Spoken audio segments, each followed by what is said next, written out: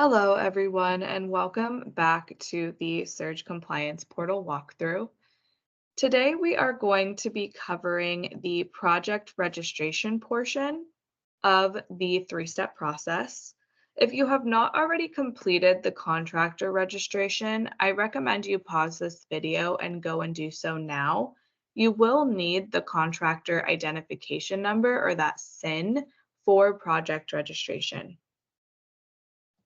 Before we jump into the live demo, there are just a few items I wish to cover. The first being a reminder that only primes need to register projects on the Surge Compliance portal.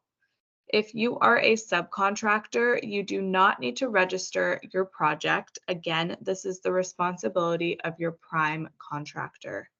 And primes must register each qualifying project. Now, once your project has been approved, you will receive a project identification number or a PIN. It's important that you hold on to this number, but that you also share this number with your subcontractors if you have any working on the project. I'm now going to jump into the live demo portion. I am starting on the Surge website.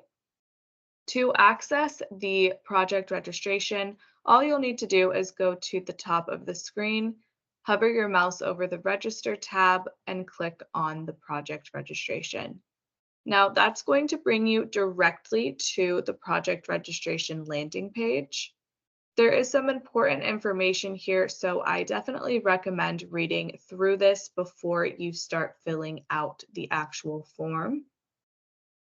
Now, once you've read through this, you can go ahead and sign into your account. By now, you should have already created your submittable account, so most of us will just be signing in here. Once you sign in, it's going to take you back to that landing page.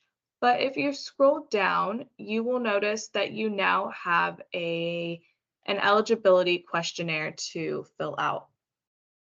The first thing it's going to tell you is that you need your contractor identification number or that SIN to register eligible projects on the portal. If you do not have a SIN, that is likely because you have not completed contractor registration. So there is a link here that you can use that will take you to the contractor registration form.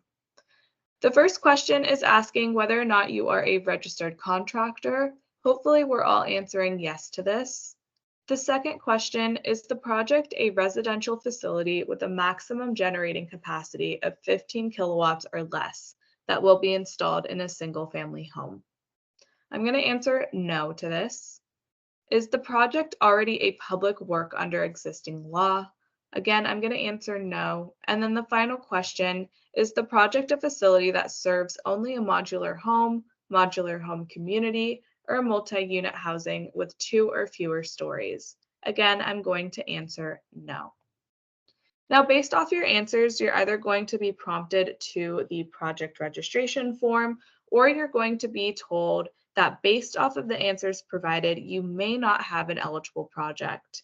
Now, if you realize that you have answered something incorrectly, you can always go back and fill out this questionnaire again. But you are either going to see that you can move forward or that you will not be able to move forward based off of your answers.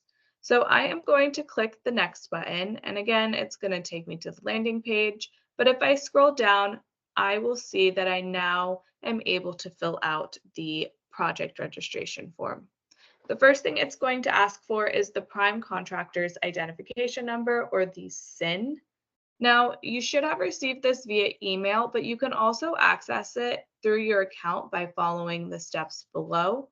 If you have any problems accessing your SIN, you can reach out to Submittable's technical support team for help, and there's a link that will take you to that. Now, the second question is asking whether or not there will be any subcontractors submitting payroll for this project. If you answer yes, you will fill out the name of the subcontractor and the estimated start date, and then you would repeat this process for how many subcontractors you have working on the project. If you answer no, then you will click no and then move on to project information. The first thing you're going to fill out is the project name. Then you're going to plug in the project interconnection application ID number. Now, you should have received this number when you applied for your interconnection application through your respective IOU. If you have not done this yet, then you will need to pause this video and go and complete that step first. You cannot move on with project registration or with payroll submission without that project interconnection application ID number. You'll then click on your electric utility, so whether that's Southern California Edison, Pacific Gas and Electric, San Diego Gas and Electric, and then you'll enter in the electrical generation facility.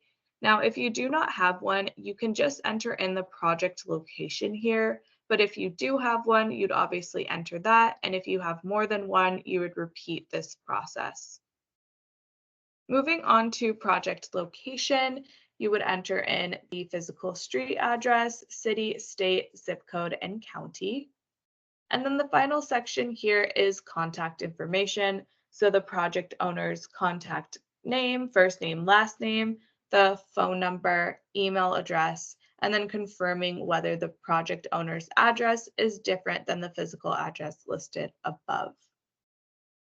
And then you will submit this form once you have all of the information filled out. Now, once you have submitted your Surge project registration form, a reviewal process will be conducted by Surge. If we find that all of the information is accurate, then you will receive a confirmation email with your project identification number, or that PIN. Prime contractors, at this time, we recommend you share the PIN with your subcontractors so that they have it when they are submitting their payroll in step 3. Now that completes the process for project registration. If you have any questions regarding this, please feel free to call us at 1-800-549-2143.